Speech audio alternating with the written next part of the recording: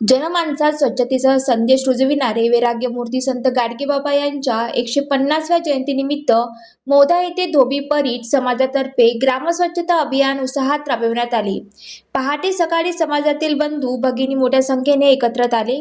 हातात झाडू खराटे घेऊन ग्रामपंचायत परिसर, मुख्य रस्ते, वॉर्ड तसेच गावातील सार्वजनिक ठिकाणची स्वच्छता करण्यात आली। गोपाळा गोपाळा देवाकी नंदन गोपाळा अशा घोषणांनी परिसर दुमदुमून गेला आणि स्वच्छतेचा संदेश सर्व दूर पोहोचवण्यात आला। संत गाडगेबाबांच्या विचाराप्रमाणे स्वच्छता हीच खरी सेवा मानत समाज बांधवांनी गाव स्वच्छ ठेवण्याचा संकल्प केला। या उपक्रमामुळे गावकऱ्यांमध्ये स्वच्छतेबाबत जागरूकता निर्माण झाली असून सामाजिक एकात्मतेचे दर्शन घडले।